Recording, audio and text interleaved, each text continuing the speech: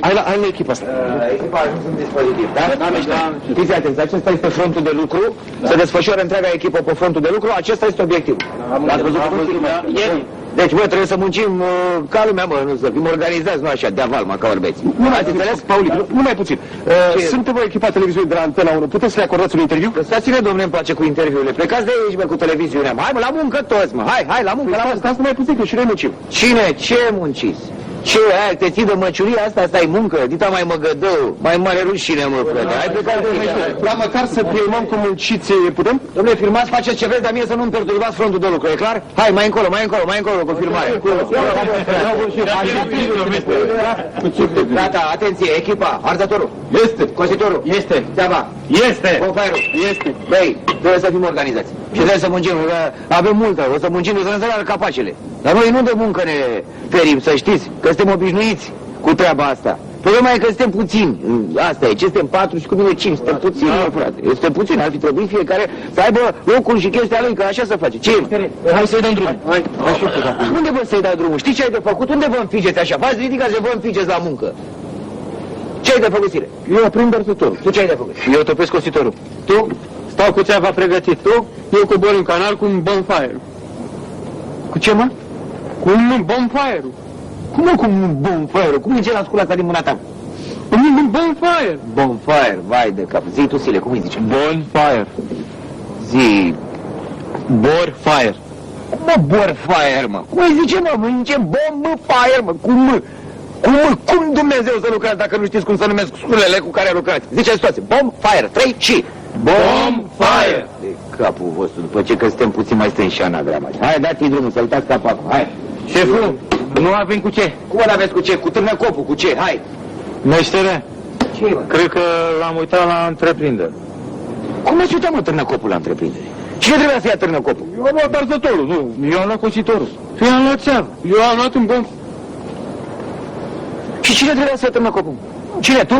Cine? Eu. Ce facem, mă? Cum te bagi, mă, în canal să înlocuiești țeava dacă nu-i salți capacul? Și cu ce salți capacul dacă nu-i târnăcop? Zi! Cu ce?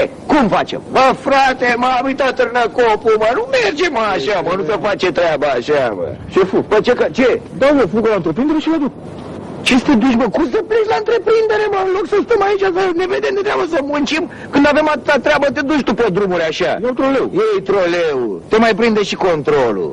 Și ce zice la întreprindere cât o vedea? Eu te, mă, frate, după ce sunteți puțin, ați uitat și târnăcopul. Mai mare rușine, bă. Meștere, gata, uite, mă copești printre blocuri și cer un târnăcop de alocatari. Care blocul, mă? Aici, uite, cât o vedea. Uite-te și tu, e cineva pe acasă, nu vezi că nu-i lumină pe nicăieri?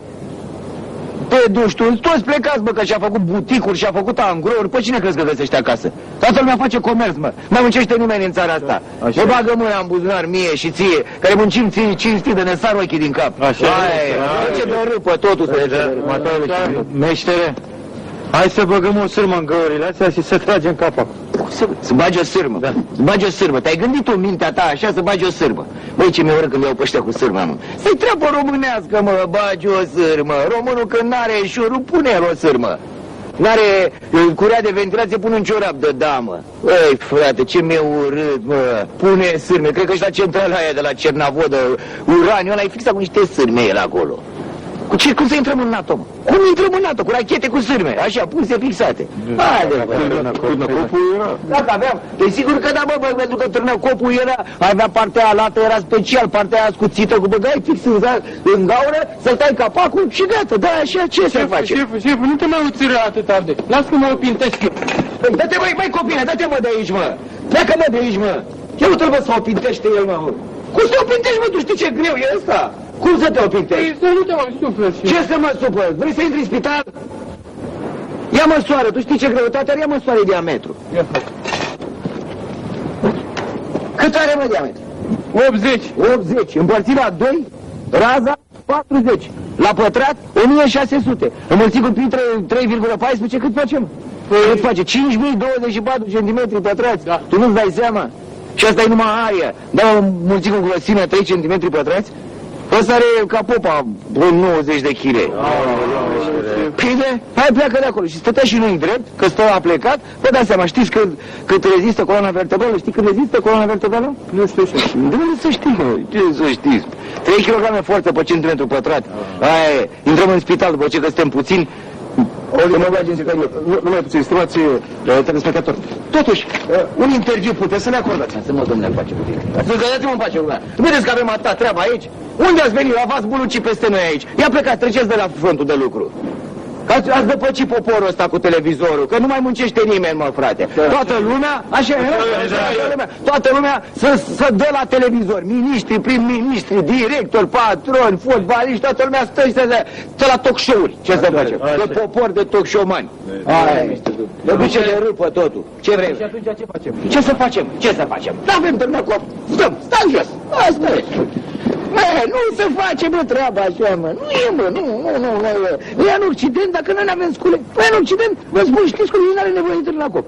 Ăla face doar așa din degete și se dă capacul la o parte, așa e, părole, are LED-uri, cred, ceva acolo. La noi, să faci la noi, fă așa la noi, vezi, să dă capacul la o parte, nu se dă. Ia faceți, ia, hai să vedem, ia te filmează, să dă capacul la o parte, ia faceți, băi, așa o dată. Tac, 3 și... Da, ce să se... Ia uite șeful! Ce ochi se mișcă?